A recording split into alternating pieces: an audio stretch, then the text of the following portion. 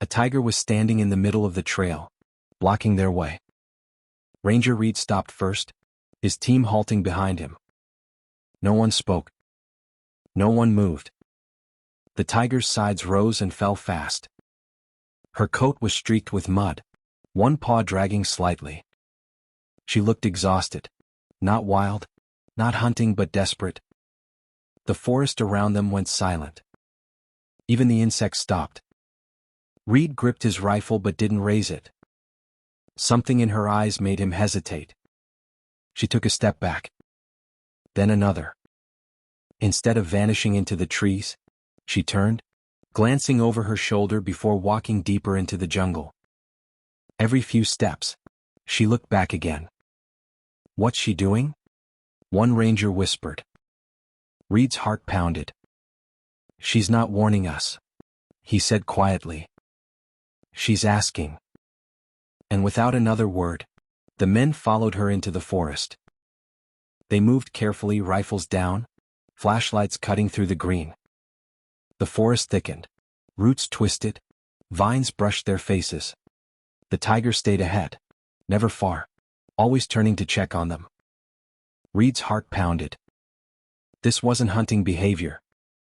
This was pleading. Keep your distance, he whispered. If she wanted us dead, she'd have done it already. After 10 minutes, the smell of rot and damp earth grew stronger. Then they heard it. A faint cry, thin and desperate, cutting through the buzz of insects. The tiger stopped beside a fallen tree, tail twitching, head low. Beneath the roots, a small cub struggled against a rope snare, the line cutting deep around its paw.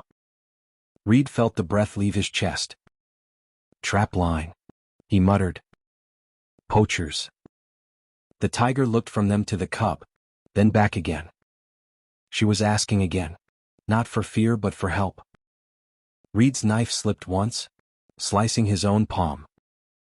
He clenched his teeth, ignoring the sting. Almost there, he said through his breath. Sweat dripped into his eyes. The smell of blood and mud filled the air. Keep her calm, he ordered. One ranger struck a flare and held it out. The red light spread through the smoke, painting the clearing in shifting shadows. The tiger's ears twitched. Her eyes caught the glow, two golden orbs flashing red in the reflection. Reed found the final knot, twisted so tight it looked fused to the wire. His fingers cramped, slipping on the wet rope. The cub kicked once, crying weakly. Come on, Reed whispered, voice cracking.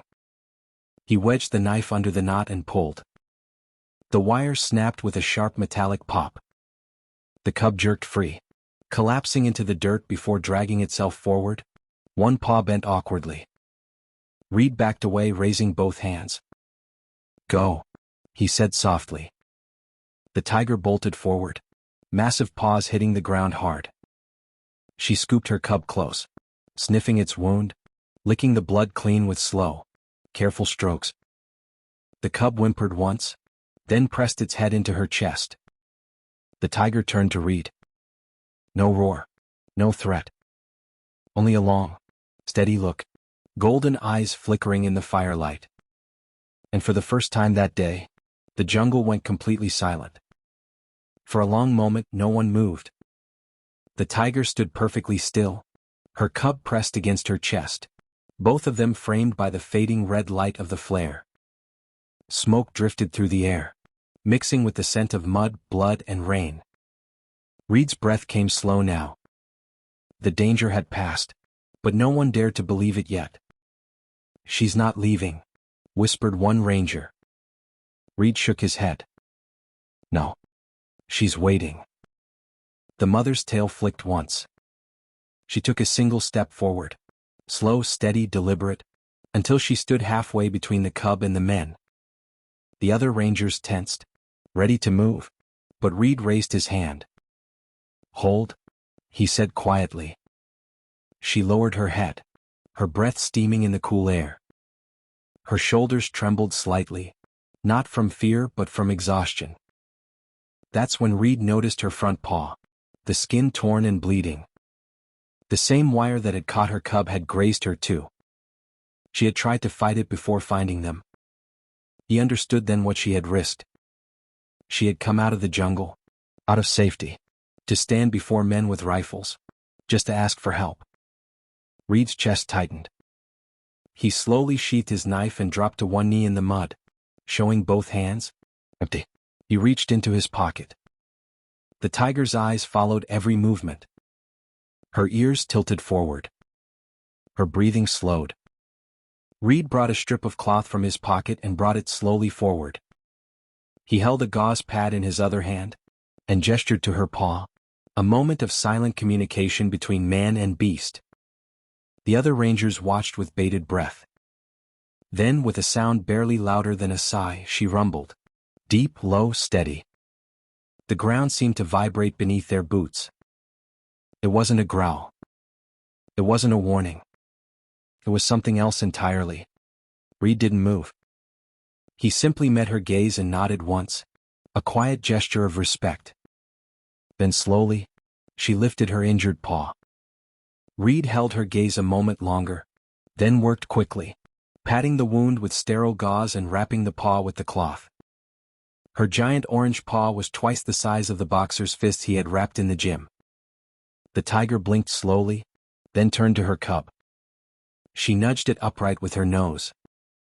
The little one stumbled, but found its footing. Together they began to move. At the edge of the clearing, the mother stopped.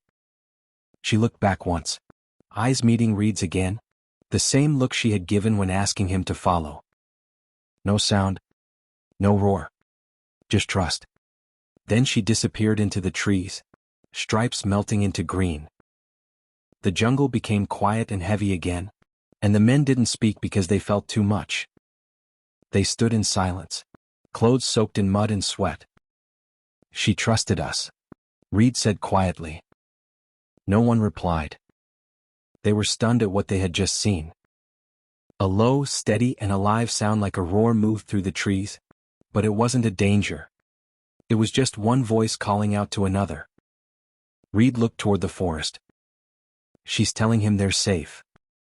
After the sound stopped, the men walked away with their boots sinking into the wet ground while the quiet jungle watched them leave until a single falling leaf covered the last footprint.